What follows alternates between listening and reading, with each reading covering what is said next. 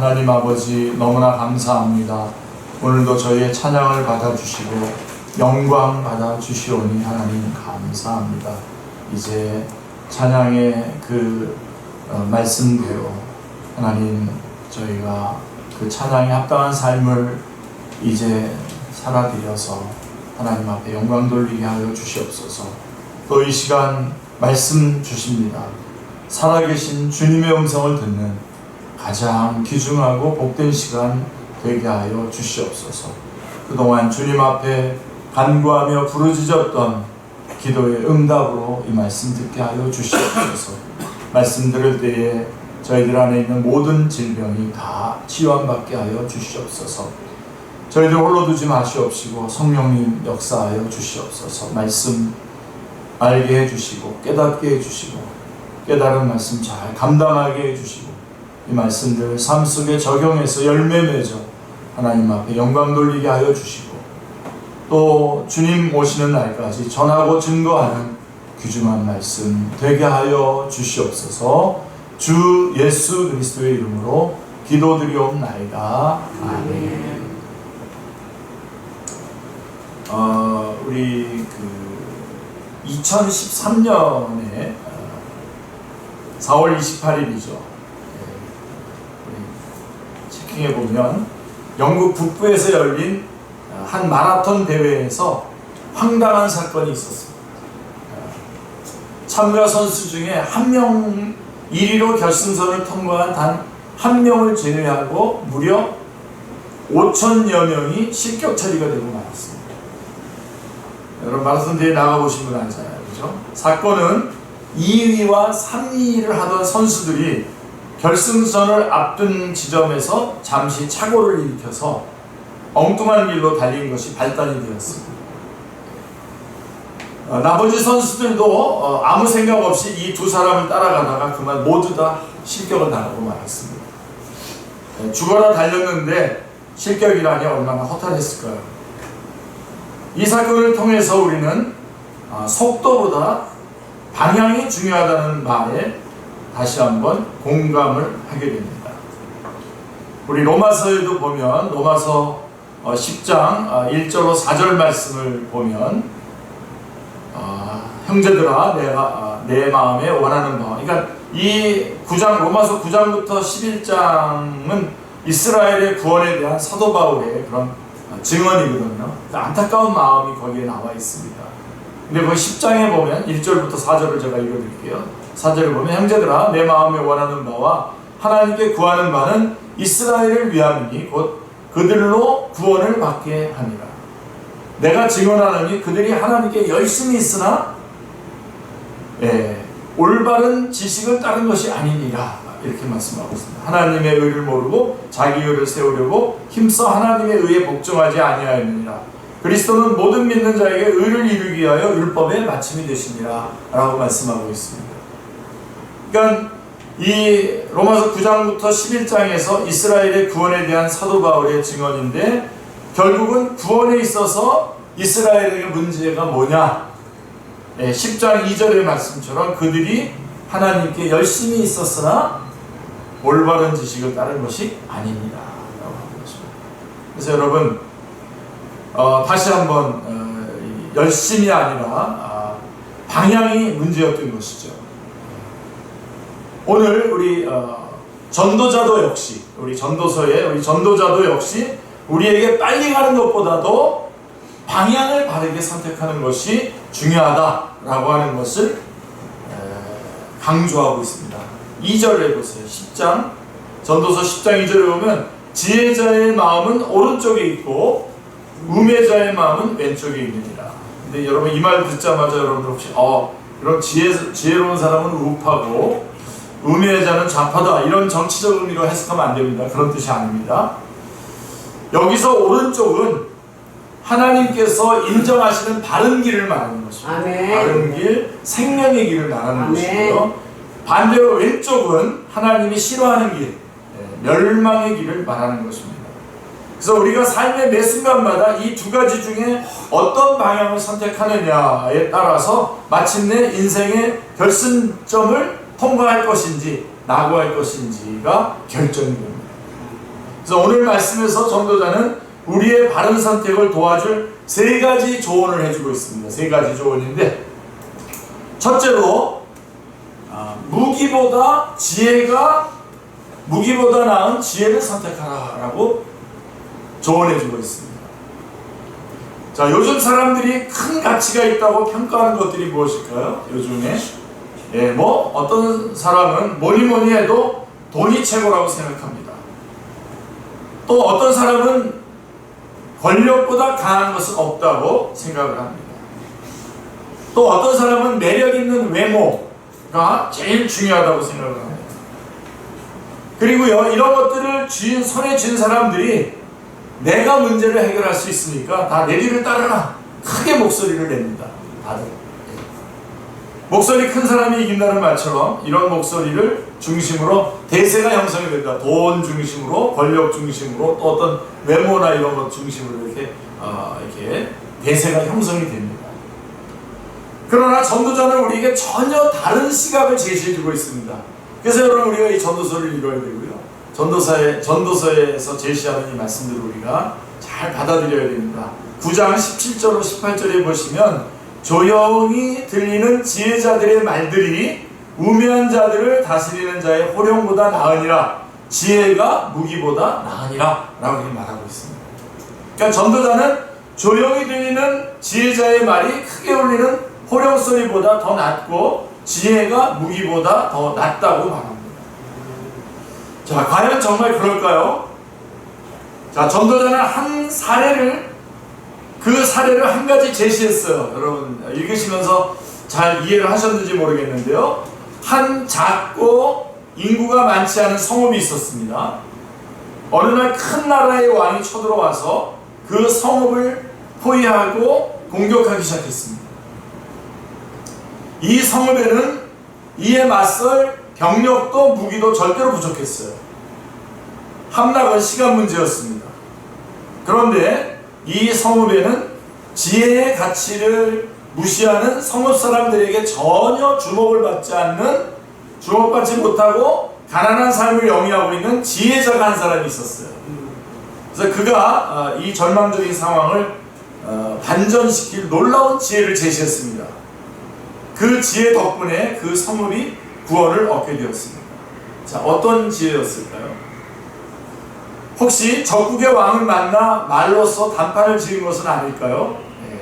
그 내용은 안 나와 있습니다만은 실제로요, AD 492년에 강력한 군사력의 훈족이 로마를 침공했을 때에 교황 네오 1세가 훈족의 왕 아틸라를 찾아가서 담판을 지어서 로마를 구해낸 적이 있습니다.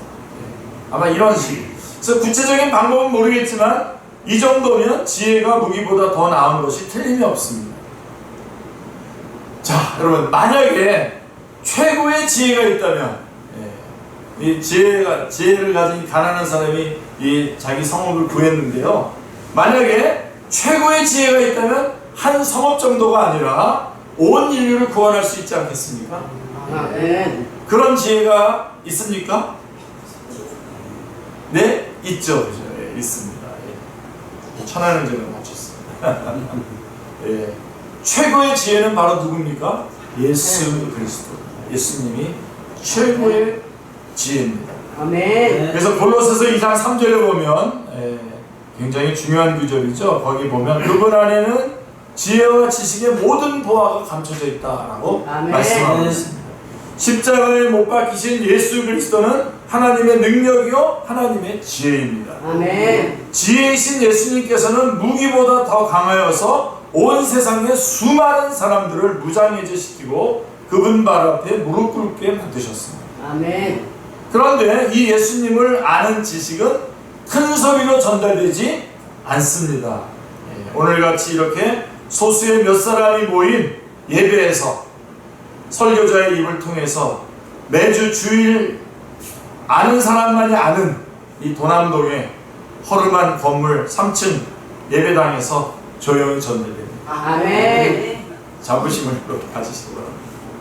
말씀을 블로그에 올려봤자 조회수도 안 나오고 댓글이 달리는 경우는 거의 없습니다. 그러나 사람들이 알아주든 안 알아주든 상관이 없습니다.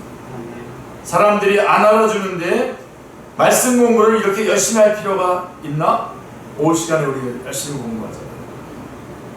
그리고 안 나오시는 분들은 민망하시겠지만 수요일 또 화요일 또 이렇게 열심히 우리 말씀 공부하잖아요. 교리 공부도 하고. 그래서 사람들이 안 알아주는데 이렇게 말씀 공부를 이렇게 열심히 할 필요가 있나? 이런 생각을 할 필요가 없습니다. 전도자는 지혜의 말씀이 조회수 수백만을 찍는 인기 유튜버들의 말보다 힘있는 권력자들의 말보다 더 가치가 있고 유익하다고 말합니다. 아멘. 네. 자, 여러분 누가 지혜자입니까? 예수님이 하나님의 능력이요 하나님의 지혜라고 하는 사실을 깨닫고 예수님을 얻기 위해서 자신의 인생을 투자하는 사람이 지혜자입니다. 아멘. 네. 예수님의 말씀을 배우고 예수님께서 걸어가신 그 길을 따라가고자 하는 사람이 지혜자입니다. 아멘. 우리가 예수님 안에서 지혜와 지식의 보화를 캐내는 참된 지혜자가 될 수 있기를 기도합니다. 아멘. 전도자가 된 그 사례 속의 지혜자는 이후에 어떻게 됐을까요? 우리 성경에 보면 그는 성읍을 구한 영웅이 돼서 출세하고 성공가도를 달렸을 것 같습니다. 그러나 현실은 그렇게 흘러가지 않았습니다. 어떻게 됐습니까? 주목받는 것은 아주 잠시뿐이었고 시간이 흐르자 사람들은 지혜자의 공로를 다 잊어버렸습니다. 그들은 다시 지혜의 가치를 무시하고 그 대신 물질과 권력과 쾌락을 추구하는 우매한 지도자를 다시 따르기 시작했습니다. 그 결과 어떻게 되었을까요? 네, 9장 18절로 10장 1절을 보시면 그러나 죄인 한 사람이 많은 선을 무너지게 하느니라. 죽은 파리들이 향기름을 악취가 나게 만드는 것 같이 적은 우매가 지혜와 존귀를 난처하게 만드느니라 라고 말씀하고 있습니다. 무슨 얘기입니까? 하나님을 알지 못하는 우매한 권력자 한 사람이 그동안 지혜자들을 통해서 쌓아놓은 많은 선을 한꺼번에 한 번에 무너뜨린다는 겁니다.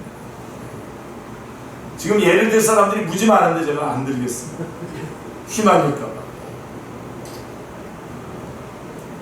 그렇게 오랜 동안 기도하고 이렇게 해서 쌓아온 그런 것들 많은 예를 들면 우리의 우방이나 이런 데서 우리 유교 때 미국 사람들 얼마나 죽은지 아십니까? 그러니까 그런 것들을 그냥 한 방에 그냥 다 날려버리는 거죠. 관료들은 뇌물을 받고 사회 곳곳에 부정부패가 판을 치게 되었습니다. 지혜자는 자신이 목숨 걸고 구원한 성읍이 여기저기 허물어지는 것을 지켜볼 수밖에 없었습니다.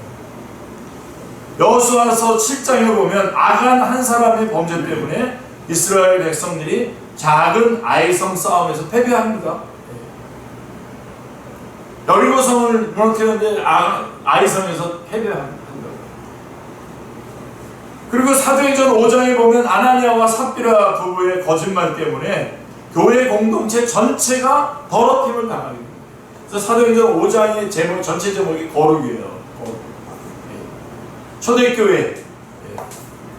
초대교회가 하나님께서 얼마나 거룩을 중요하게 여기셨는지를 보여주시는 거죠. 헌금을 안 낸 게 아니라 반만 냈는데 죽었어요. 다 둘 다. 근데 지금도 여러분 우리 다 죽었어야 되잖아요. 지금 그 원칙대로라면. 근데 그렇게 그때 일벌백계로 보여주신 겁니다. 그래서 우리도 역시 똑같은 마음으로 그런 것을 해야 됩니다. 이처럼 한두 사람의 죄악 때문에 공동체 전체가 큰 공경에 빠질 때가 있습니다.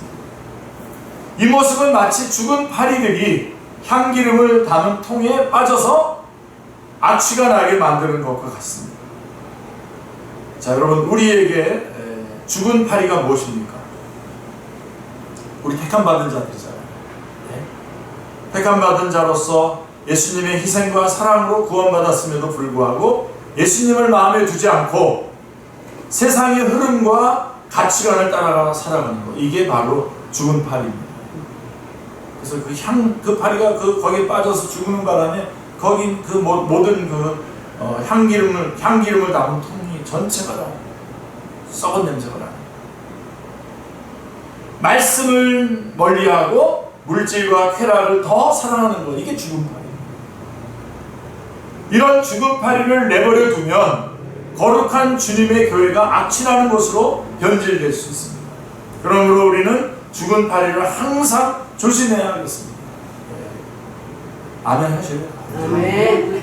우리 교회가 계속해서 세상 가운데 예수 그리스도의 향기가 나는 공동체가 될 수 있기를 기도합니다. 아멘. 우리 적은 숫자가 모이는 교회지만 한 사람 한 사람 여러분 얼마나 소중한 분들입니까? 아멘. 하나님 보실 때에 아주 소중한 분들입니다. 아멘. 그래서 이렇게 향기나는 공동체가 될 수 있기를 기도합니다. 아멘. 그리고 두 번째로 뭘 조언해주고 있냐면 지혜자, 전도자가 성공하기에 유익한 지혜를 선택하라는 겁니다. 예. 자, 오직 10절에 보면 2장 10절이죠. 오직 지혜는 10장 10절에 보면 오직 지혜는 성공하기에 유익합니다 라고 이렇게 말씀하고 있습니다. 자, 앞에서 전도자는 지혜가 무기보다도 낫다고 그랬지 않습니까? 무기보다 지혜가 더 낫다 그랬는데 이번에는 지혜가 성공하기에 유익하다라고 말합니다. 여기에 성공이란 목표를 했던 일을 큰 사고 없이 무사히 완수하는 것을 말하는 것입니다. 자, 우리가 성공을 하기 위해서는 지혜가 필요합니다. 어떤 지혜가 필요합니까? 많은 것이 있지만 전도자는 그 중에 한 가지 사례를 제시하고 있습니다. 10장 4절을 보면 주권자가 내게 분을 일으키거든 너는 내 자리를 떠나지 말라. 공선함이 큰 허물을 용서받게 하느니라. 여러분 이런 말씀들 여러분 해석하실 수 있으세요? 그래서 여러분 선생님, 성경 선생님한테 목사님한테 항상 와서 성경 공부를 하고 배워야 됩니다. 오늘같이 이렇게 예배에 참석해서 말씀을 듣고 그래야 됩니다. 뭐 혼자서 혼자서 하면 되지 그러면서 그냥 백도 하면 되지 이렇게 하는데요. something wrong, 문제가 있습니다. 이렇게 와서 자 무슨 얘기입니까? 주권자가 내게 분을 일으키거든 너는 내 자리를 떠나지 말라. 공손함이 큰 허물을 용서받게 하느니라. 자, 주권자 곧 윗사람이 나에게 분노를 일으킬 때가 있죠. 그렇죠? 여기서 전도자가 말하는 이 주권자는 형편없는 사람입니다. 형편없는 사람입니다. 예를 들 사람이 많습니다만은 형편없는 사람입니다. 그가 의사결정을 엉터리로 하는 바람에 조직이 뒤죽박죽되고 질서가 다 무너져 버렸어요. 그는 상식이 안 통하고 무능한 사람입니다. 자, 이런 사람 아래에 있으면 얼마나 화가 나겠습니까? 대판 싸우고 자리를 박차고 나가고 싶습니다. 그러나 지혜는 다른 길을 제시합니다. 여러분 여기서 꼭 참으시고 이 다른 길을 선택하시기 바랍니다. 격한 감정에 휩싸여서 우발적인 행동을 하지 말라고 합니다. 아멘. 대부분 사람들은 나라를 위해서는 안 죽어도 기분을 위해서는 죽잖아요. 그죠? 갑자기 너 몇 살이야? 그러면서 확 이렇게 나는 거예요. 자, 왜냐하면 왜 이렇게 우발적인 행동을 하지 말라고 하냐면 관계성만 다 틀어지고 성공에는 아무런 도움이 되지 않기 때문입니다. 대신 심호흡을 한번 하세요. 이렇게 입으로 이렇게 호흡하시다가 한번 코로 한번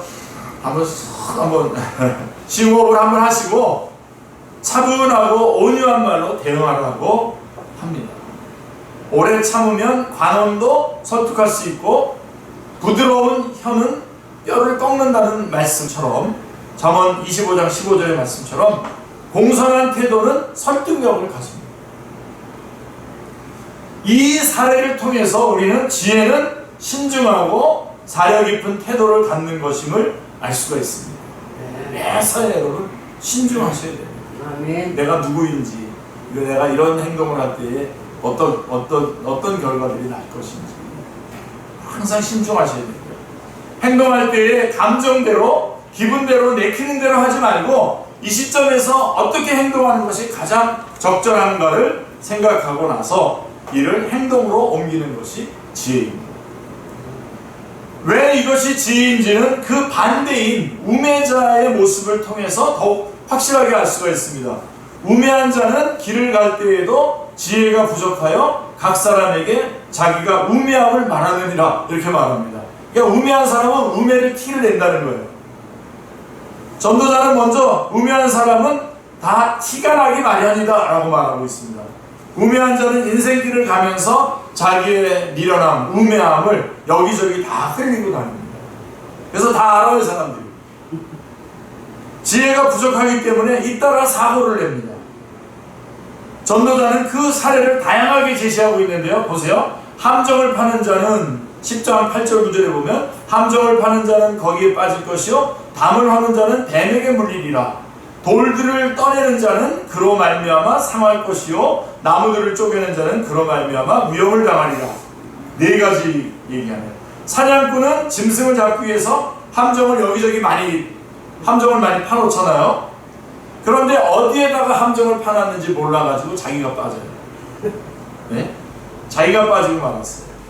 자, 지혜자라면 어떻게 할까요? 이렇게 이런 일이 생기지 않도록 함정 주변에 자신만이 알고 있는 표시를 해두지 않겠습니까? 옛날, 그리고 또 두 번째로 옛날 집 돌담 사이 틈에는 뱀이 또아리를 틀고 사는 경우가 많잖아요. 저는 뭐 좀 시골에서 많이 안 살, 이런 것을 안 살아봤지만 옛날에는 그래도 도시에도 이런 일이 있었어요. 자, 우매자는 아무 생각 없이 담을 헐다가 갑자기 튀어나온 뱀에게 물리고 말았습니다. 그러나 지혜자는 뱀이 나올 수 있다는 것을 염두에 두고 먼저 예방책을 세우고 담을 헐죠. 뱀이 나올 수도 있다 라고 하고서는 예방책을 세워놓고 담을 허는 거예요. 그 다음에 땅에 박힌 큰 돌을 캐낼 때에 우매자는 아무 생각 없이 돌을 들어 올리다가 놓쳐서 자기 발등을 찍습니다. 그러나 지혜자는 기구를 사용해서 안전하게 들어 올리죠. 자, 장작을 팰 때는 어떻습니까? 장작을 팰 때. 우매자는 우격다짐으로 장작을 패다가 나무 조각이 막 이리저리 막 튀어서 자기 눈에 들어오게 시력을 잃게 되죠. 그러나 지혜자는 이런 사태를 막기 위해서 미리 그때는 뭐 어떻게 했는지 모르지만 지금이라고 고글을 쓰고 나무를 쪼갭니다. 이 네 가지 사례를 통해서 우리는 우매한 자의 공통점이 무엇인지 알 수 있습니다. 그것은 바로 어떤 일을 할 때에 어떤 위험이 있을지 어떤 사고가 일어날 수 있을지에 대해서 아무런 생각 없이 했다는 점입니다.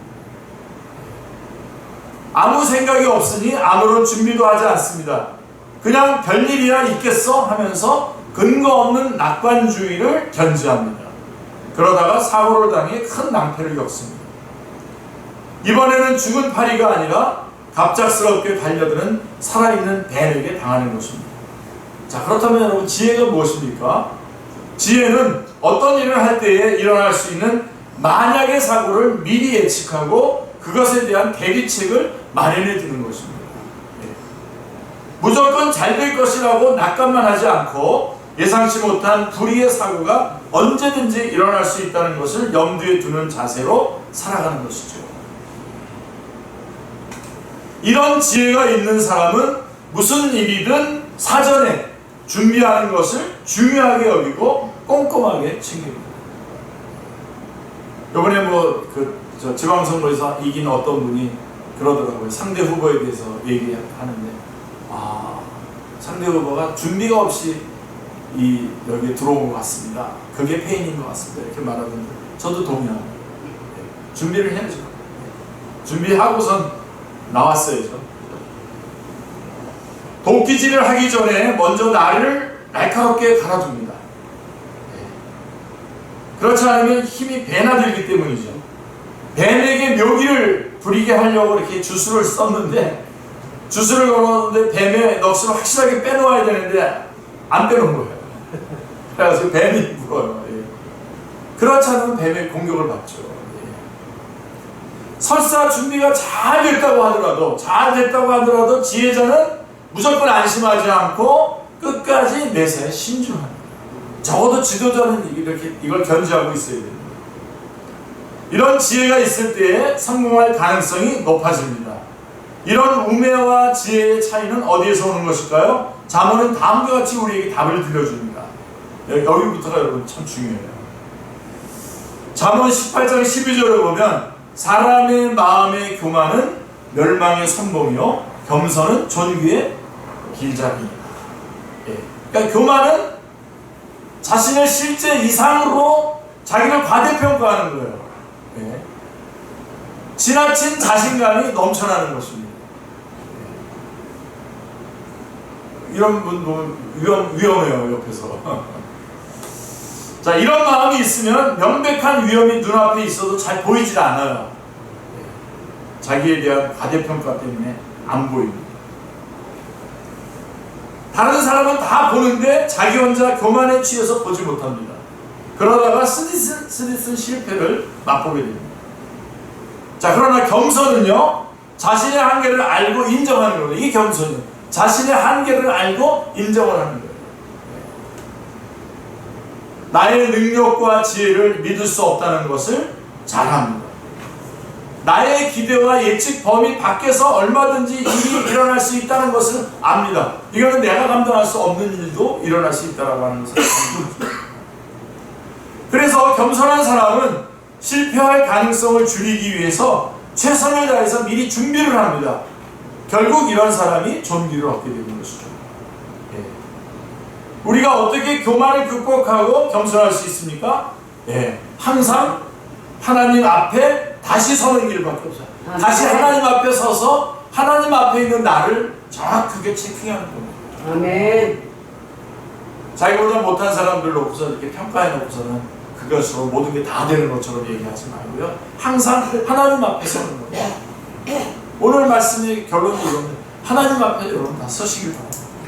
하나님 앞에서 내가 얼마나 뼛속까지 죄인인가, 얼마나 무익한 종인가, 얼마나 연약하고 무지한 존재인가를 깨닫고 자신을 있는 모습 그대로 바라볼 수 있어야 합니다. 결론적으로 이렇게 말할 수 있습니다. 여러분, 성공은 어디에서 나옵니까? 지혜에서 나옵니다. 여러분은 에워뒀다가 여러분 그냥 살면 성공은 지혜에서 나와요. 지혜는 겸손에서 나옵니다. 겸손은 어디에서 나오냐? 하나님을 경외하는 데서 나옵니다. 하나님을 두려워하는 거죠. 경건에서 나옵니다. 이거 전도서가 말하는 거예요, 이게. 그리고 모든 성경이 말하고 있는 것입니다. 성공은 지혜에서 나오고, 지혜는 겸손에서 나오고, 겸손은 어디서 나오냐? 경건에서 나오는 겁니다. 하나님을 두려워하는 것, 하나님을 경외하는 데서 나오는 것입니다. 아멘. 우리가 하나님을 경외함으로 겸손에서 흘러나오는 참된 지혜를 배울 수 있기를 기도합니다. 아멘. 그리고요, 이제 좀 스피디하게 해야 되겠군요. 세 번째로 하나만 더 말씀드린다면, 이 전도자가 우리에게 뭘 충고하고 있냐면, 은혜롭게 말하게 하는 지혜를 선택하십시오. 은혜롭게 말하는, 이게 말에 대한, 그러니까 앞서서 전도자는 두 가지 얘기했잖아요. 지혜자와 우매자의 행동에 주목했다면, 이번에는 지혜자와 우매자의 말에 주목을 합니다. 우리의 삶의 행동만큼이나 말도 참 큰 부분을 차지하고 있습니다. 더 크지 않을까요? 주로 말을 통해서 관계성이 형성되기 때문입니다. 그러면 지혜자의 말과 우매자의 말은 어떤 차이가 있을까요? 자, 지혜자의 10장 12절에 보면 지혜자의 입의 말들은 은혜로우나 우매자의 입술들은 자기를 삼키는, 이렇게 되어 있어요. 자기를 삼킨다는 거예요. 자, 먼저 전도자는 지혜자의 입의 말들은 은혜롭다고 말합니다. 여기서 은혜롭다라고 하는 말은 사람들에게 호감을 산다는 뜻입니다. 이렇게 말해, 어떻게 말해야 호감을 얻을 수 있을까요? 이에 대해서 전도자는 구체적으로 말해주지 않습니다. 대신에 우매한 자가 어떻게 말하는지를 길게 말해주고 있어요. 우매한 자가 어떻게 말하는지를 길게 말해줌으로써 그 반대로 지혜자가 어떤 말을 하는 것이 은혜로운 말인지를 말해주고 있죠. 우리는 자기 자신을 삼키고 많은 우매자의 말을 통해서 역으로 지혜자의 은혜로운 말이 무엇인지를 알 수 있습니다. 자, 그러면 우매자의 말이 좀 짧게 빨리 한번 얘기해 보겠습니다. 우매자의 말의 특징이 뭘까요? 우매자의 말의 특징. 자, 우매자의 말은 설득력과 공감대가 없어요. 보세요. 10장 13절에 보면 그의 입의 말들의 시작은 우매요 그의 입의 결말들은 심히 미친 것이니라. 우매한 사람들의 말은 시작부터 논리가 없어요. 근거가 빈약해요. 그래서 사람들에게 설득력이 없어요. 도중에 비약을 너무나 심하게 하기 때문에 심하게 하는 바람에 결론이 아주 이상하게 끝나버립니다. 그래서 사람들 사이에 전혀 공감대를 이루지 못합니다. 반면에 지혜자는 근거가 명확하고 논리적입니다. 시정일관. 그래서 지혜자의 말은 사람들에게 설득력이 있고 공감대를 이루어갑니다. 그래서 우매자의 말은 설득력과 공감대가 없고요. 또 이렇습니다. 우매자는 말을 많이 해요. 그리고 단정적으로 말해요. 말을 많이 하고 단정적으로 말해요. 10장 14절에 보면 우매한 자는 말을 많이 하거니와 사람은 장래일을 알지 못하나니 나중에 일어날 일을 누가 그에게 알리리요? 라고 말하고 있습니다. 우매한 사람은 말을 많이 합니다. 이 말 저 말 닥치는 대로 생각나는 대로 막 말합니다. 잠시라도 페이스를 놓치지 않는다 그냥 계속 말합니다. 또 우매한 사람은 누구도 장래일을 다 알 수 없음에도 불구하고 너무나 단정적으로 말해요. 마치 모든 것을 다 알고 있다는 듯이 말합니다. 그 결과 우매한 사람의 경우 말의 가치가 계속 하락하는 언어의 인플레이션 현상이 일어나는 거죠. 그 사람의 말을 신뢰를 못하는 거예요. 반면에 지혜로운 사람은 말을 신중하게 합니다. 그렇기 때문에 자연스럽게 말수가 적어요. 또한 알 수 없는 미래에 대해서 단정적으로 말하지 않습니다. 그래서 지혜자의 말에는 무게감이 생기게 되죠. 예를 들 수 있는데 지금 시간이 없어요. 그 다음에 또 하나는 우매자는 말을 부정적인 말을 함부로 해요. 부정적인 말. 10장 20절에 보시면요. 심중에라도 왕을 저주하지 말며 침실에서라도 부자를 저주하지 말라. 공중의 새가 그 소리를 전하고 날짐승이 그 일을 전파할 것입니다. 우매한 사람은 다른 사람을 비판하고 저주하는 말을 위아래를 가리지 않고 함부로 합니다. 왕, 대통령도 누구든지 좀 어려운 사람, 어려운 겪고 있는 사람에 대해서는 막 저주를 퍼붓고 그것도 점잖게 하는 게 아니라 욕설이나 인격을 모욕하는 말로 거칠게 합니다. 우매자들이죠. 그러나 전도자는 마음속으로라도 왕을 저주하지 말며 심실이라고 해서 안심하고 함부로 부자를 저주하지 말라고 조언합니다. 어떻게 해석해야 될지는 모르겠습니다만 비밀 장소인 침실에서도 말하는 거가 하여간 새 나간다는 거예요. 자, 왜 그렇게 해야 되죠? 왜 그렇게 해야 됩니까? 공중의 새가 그 소리를 전하고 날짐승이 그 일을 전파할 것이기 때문에. 자, 우리 속담에도 낱말은 새가 듣고 반말은 누가 듣지? 쥐가 듣는다는 말이 있습니다. 이렇게 해서 저주의 말이 왕이나 부자의 귀에 들어가게 되면 어떻게 되겠습니까? 틀림없이 보복을 당하게 되죠. 그러므로 지혜자는 다른 사람에 대해서 부정적인 말을 하지 않도록 조심해야 됩니다. 오늘 말씀에는 세 종류의 동물이 등장을 합니다. 바로 파리와 뱀과 새입니다. 이 셋의 공통점이 무엇입니까? 전부 다 몸집이 작은 미물들이라고 하는 점에 있습니다. 그래서 그깟 파리가 바다를 기어다니는 그 뱀 한 마리가 늘 주위에 있는 새다리가 대단한 위협이 되겠어? 라고 무시하기가 쉽습니다. 그러나 전도자는 그렇게 생각하는 것이 바로 우매한 생각이라고 말합니다. 죽은 파리가 향기름 전체를 망칠 수 있고 뱀에게 물려 생명이 위태로워질 수도 있고 새 때문에 큰 낭피를 당할 수도 있습니다. 이런 작은 것 하나도 신경을 쓰고 대비하는 사람이 지혜자입니다. 작은 것도 여러분 꼭 점검을 하시기 바랍니다. 아멘. 사람이 한번 죄를 지을 수도 있는 거지 어때? 이런 사람 있잖아요. 대충 하자, 대충 해. 설마 무슨 일이 생기겠냐? 우리 나경열 성도님한테 대충이란 말은 안 되죠. 하고 싶은 말도 다 하고 사냐? 아니야. 하고 싶은 말도 다 못하고 사냐? 내 입인데 내 마음대로 말도 못해? 그러면서 다 우매자의 마음이 향해 있는 왼쪽에 속한 생각들입니다. 이거는. 근데 지혜자는 달라요. 이렇습니다. 작은 죄라도 용납하지 않고 끝까지 싸웁니다. 매사에 신중하게 최선을 다해서 준비합니다. 함부로 말하지 않고 말의 실수가 거의 없는 사람, 이런 사람이 오른쪽을 선택하는 지혜자입니다. 하나님의 편, 하나님의 옳은 길을 선택하는 것이죠. 아멘. 이런 지혜는 모두 하나님을 경외하는 마음에서, 하나님을 두려워할 줄 아는 마음에서부터 흘러나옵니다. 아멘. 우리의 지혜는 겸손에서 나오는데, 그 겸손은 하나님 앞에 설 때에 나오는 겁니다. 그래서 여러분이 항상 하나님 앞에서 보람되게 삶을 살아가야 됩니다. 하나님께서 우리 마음에 있는 어리석음을 거두어 가시고 하늘의 지혜를 덧입혀 주시기를 기도합니다. 네. 우리가 물질과 쾌락과 인기를 따르는 우매자가 되지 않고 말씀 속에서 지혜와 지식의 보화 되시는 예수님을 발견하는 참된 지혜자가 되시기를 기도합니다. 네.